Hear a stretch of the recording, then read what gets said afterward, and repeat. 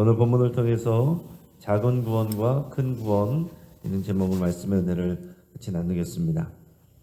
여러분, 예수님께서 이 땅에 오셔서 하신 일들 중에 하나는 신앙에 대한 고정관념을 깨는 일이었습니다.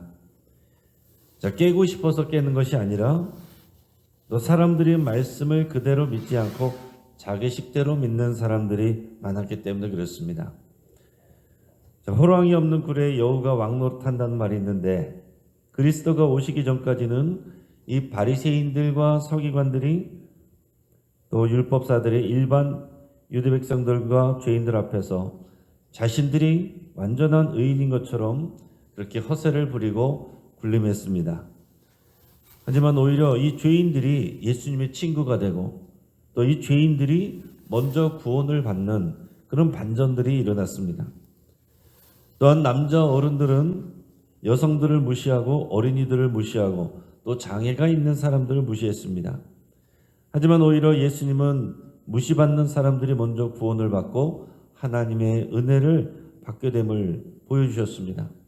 또 유대인들은 사마리아인들보다 자신들이 훨씬 우월하고 의인이라고 자부하고 있었습니다.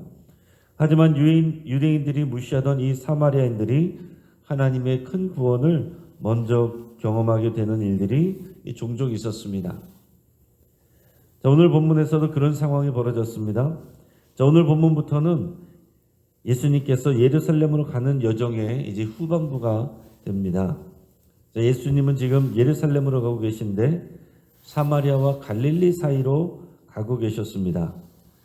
당시 이스라엘은 크게 북쪽으로는 갈릴리 지역, 남쪽으로는 유다 지역으로 양분되어 있고 그 사이 중간이 사마리아 땅입니다. 하지만 일반적인 유대인들은 통상적으로 이 사마리아 지역으로 통과하지 않고 우회하는 길로 다녔습니다. 예수님도 지금 그 우회로를 지나고 계신데요. 이 지역은 유대인들의 마을도 아니고 사마리아인들의 마을도 아닙니다. 예수님이 어느 마을에 들어가시자 저 멀리서 나병 환자 10사람이 큰 소리를 지르며 또 예수님 앞에 나왔습니다. 오늘 본문의 11절에서 14절까지 말씀을 읽겠습니다. 예수께서 예루살렘으로 가실 때에 사마리아와 갈릴리 사이로 지나가시다가 한 마을에 들어가시니 나병 환자 10명이 예수를 만나 멀리 서서 소리를 높여 이르되 예수 선생님이여 우리를 불쌍히 여기소서 하거늘 보시고 이르시되 가서 제사장들에게 너희 몸을 보이라 하셨더니 그들이 가다가 깨끗함을 받은지라. 아멘. 일반 사람들은 나병을 전염병으로 인식하고 있었습니다. 그리고 그들의 죄 때문에 하나님께 벌을 받고 저주를 받은 것이라고 다 이렇게 생각을 했습니다. 이 나병 환자들은 정상적인 생활을 할 수가 없었고 일반 사람들을 피해 다녀야 됐습니다. 그래서 그들은 이 마을 공동체에 들어갈 수가 없는 또 비참한 상황이 있었습니다. 이 나병 환자들만 따로 이 동네 밖에 모여서 살아야 됐습니다. 그런데 그들이 예수님을 알아보고 소리를 높여 외쳤습니다. 예수 선생님이여 우리를 불쌍히 여기소서. 그들은 예수님이 메시아인지는 알지 못했습니다. 단지 예수님이 이 병자들을 잘 고친다는 소식을 듣고 이제 알았을 뿐입니다. 예수님은 그들을 보시고서 긍휼히 여기셨습니다. 그리고 그들에게 말씀하셨습니다. 가서 제사장들에게 너희 몸을 보이라. 율법에 의하면 나병이 낫게 됐을 때에 반드시 제사장에게 가서 자기 몸을 보여서 문제가 없음을 확인받아야 됐습니다. 왜 의사가 아니라 제사장에게 가야 됐을까요? 그 당시 나병은 곧 죄를 의미하기 때문에 의사가 아니라 또 제사장에게 확인을 받고 또 비둘기 2마리로 제사를 드려야 됐습니다. 제사장에게 인증을 받아야 그들이 정상적인 생활로 돌아갈 수가 있는 겁니다. 그런데 놀라운 것은 그들이 예수님의 말만 듣고 제사장에게로 발걸음을 향했다라는 사실이죠. 깨끗함을 받은 다음이 아니라 가는 도중에 나음을 받습니다. 이 부분만 생각하면 그 10명의 사람들이 다 믿음이 있는 거죠. 칭찬받을 믿음이 있습니다. 예수님의 말만 듣고 그 말에 순종할 수 있는 믿음이 있었다는 거죠. 하지만 그들은 제사장에게로 가기 바빠서 예수님을 잊어버렸습니다. 그들에게 예수님은 병을 치료해주는 능력자일 뿐이지 믿음의 대상은 아니었다 하는 것입니다. 자, 지금 제사장에게 가는 도중에 이제 몸이 났습니다. 자, 근데 그 10명의 나병 환자 중에서 9명은 빨리 제사장에 가서 이것을 보여야지 문제가 되는 것은 없잖아요. 예수님이 가서 제사장에게 보이라고 그랬고, 또 9명은 가서 제사장에게로 갔습니다. 근데 그 중에 한 사람만 예수님께로 돌아와서 또 하나님께 영광을 돌리고 예수님을 찾아서 또 감사를 합니다. 15절에서 19절까지 말씀 우리가 읽겠습니다. 그 중에 한 사람이 자기가 나은 것을 보고 큰 소리로 하나님께 영광을 돌리며 돌아와 예수의 발 아래 엎드려 감사하니 그는 사마리아 사람이라. 예수께서 대답하여 이르시되 10사람이 다 깨끗함을 받지 아니하였느냐? 그 9은 어디 있느냐? 이 이방인 외에는 하나님께 영광을 돌리러 돌아온 자가 없느냐 하시고 그에게 이르시되 일어나 가라, 내 믿음이 너를 구원하였느니라 하시더라. 아멘. 이 사람은 예수님을 잊지 않았습니다. 그는 큰 소리로 병의 치유를 부탁했을 뿐만 아니라 큰 소리로 하나님께 영광을 올려드리면서 또 겸손히 예수님 앞에 엎드려 감사를 표현했습니다. 자, 더 놀라운 것은 이 사람이 사마리아 사람이었다 하는 사실이죠. 그리고 예수님께 오지 않은 9명의 나병 환자들은 유대인들이었을 것입니다. 예수님께서 이 이방인 외에는 하나님께 영광을 돌리러 돌아온 자가 없느냐라고 말씀하셨기 때문에 우리 나머지 9명은 유대인들이었구나 하는 것을 우리가 생각할 수 있어요. 당시 유대인들은 나병을 치유하는 것은 오직 하나님이시라고 알고 믿었습니다. 자, 그런데 예수님이 그들의 나병을 고쳐주셨다면 예수님이 하나님의 사람이다 라는 것을 당연히 깨달아야 했습니다.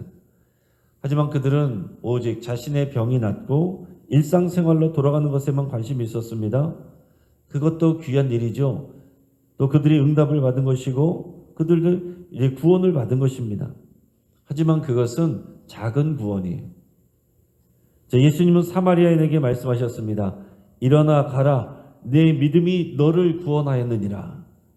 자, 이 말씀은 그의 질병이 치유됐다는 것을 넘어서 하나님의 백성이 되었다는 것을 선언하신 것입니다.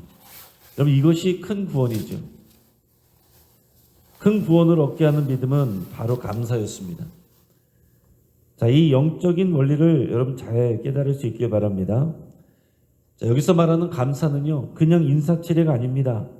나병을 치유해 주신 예수님이 하나님의 사람이고 메시아다라는 것을 깨닫고 그 앞에 엎드려 감사드리는 거예요.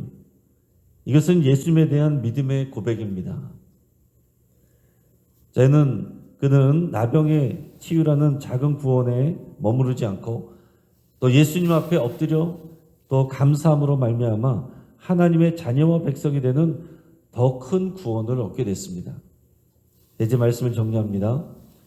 자, 10명의 나병 환자들은 이 질병의 고통과 마을 공동체에 들어갈 수 없는 그런 슬픔을 겪고 있었습니다. 그들의 간절한 마음은 예수님을 향해서 큰 소리로 자비를 구하며 또 나아가게 했습니다. 그들은 예수님의 말만 듣고 제사장에게로 발걸음을 돌렸습니다. 그것은 믿음의 행위죠. 간절한 믿음을 통해서 그들은 치유를 받았습니다.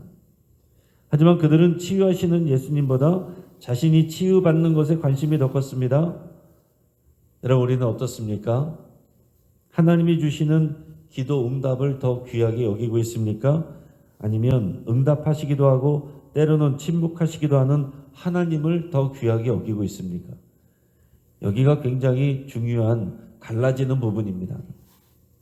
자, 9명의 나병 환자들은 병을 치유받는 작은 구원을 받았습니다. 그것도 좋은 일이지만 돌아와서 하나님께 경배하고 예수님 앞에 엎드려 감사를 드린 이 사마리아인은 작은 구원뿐만 아니라 큰 구원까지 받았습니다. 여러분, 육신의 치유를 받는 것이 작은 구원이라면 영생을 얻는 것이 큰 구원이죠. 여러분, 출신이나 경력이나 혈통이 중요한 것이 아닙니다. 믿음이 중요한 거예요.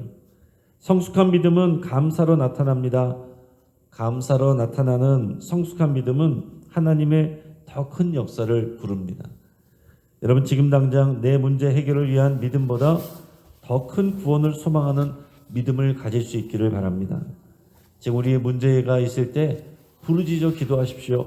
그러면은 우리 하나님께서 응답하십니다. 그러나 거기에 머물러 있지 마시고 적극적으로 하나님께 감사를 표현하실 수 있길 바랍니다. 그러면 하나님께서 우리에게 더 큰 구원을 주십니다. 우리가 하나님 앞에 여러 가지 작정하며 기도하였을 때에 믿음으로 작정하여 기도하시고 또 하나님께서 응답하실 때에 하나님 앞에 감사함으로 또 영광을 올려드릴 수 있기를 바랍니다. 그래서 작은 구원에 머무르지 않고 큰 구원으로 나가는 저와 여러분 되기를 주의 이름으로 축복합니다. 오늘 말씀을 붙잡고 함께 기도하겠습니다. 여러분, 각자의 문제에 대해서 또 하나님 앞에 간절하게 부르짖어 기도할 수 있기 바랍니다. 부르짖어 기도하는 기도는 하나님의 응답을 가져옵니다. 믿음으로 하나님 앞에 간절히 부르짖어 기도할 수 있기 바랍니다. 또한 나의 문제 해결보다 해결자가 되시는 하나님 아버지와 예수 그리스도를 더 사랑하고 집중하기로 여러분 결단할 수 있기를 바랍니다. 오늘 이 시간 우리에게 응답하시는 우리 하나님, 날 위해서 생명 내주신 예수님을 더 깊이 사랑한다고 또 찬양하고 또 고백하며 감사드리며 또 주님 앞에 나갈 수 있길 바랍니다. 또 작은 구원에 만족하는 것이 아니라 감사함으로 큰 구원으로 나가기를 결단할 수 있기를 바라고, 또 여러분들의 또 가족들을, 자녀들을 위해서 기도할 때 우리 자녀들의 작은 구원만을 위해서 기도하는 것이 아니라 큰 구원으로 나갈 수 있기를 위해서 여러분 간절히 기도할 수 있기 바랍니다. 환우들을 위해서 간절히 기도하시고 여러분들의 치유를 위해서 기도하시며 또 이 주주클럽 가정예배에 또 많은 가정들이 믿음으로 참여해서 또 믿음의 가정들이 온전하게 세워지기를 함께 기도해 주시고, 또 마지막으로 우리 최기철 원로 목사님과 우리 어르신들의 건강과 믿음을 위해서 함께 기도하겠습니다. 이 시간 주여 한번 부르짖고 합심해서 함께 믿음으로 나가겠습니다. 주여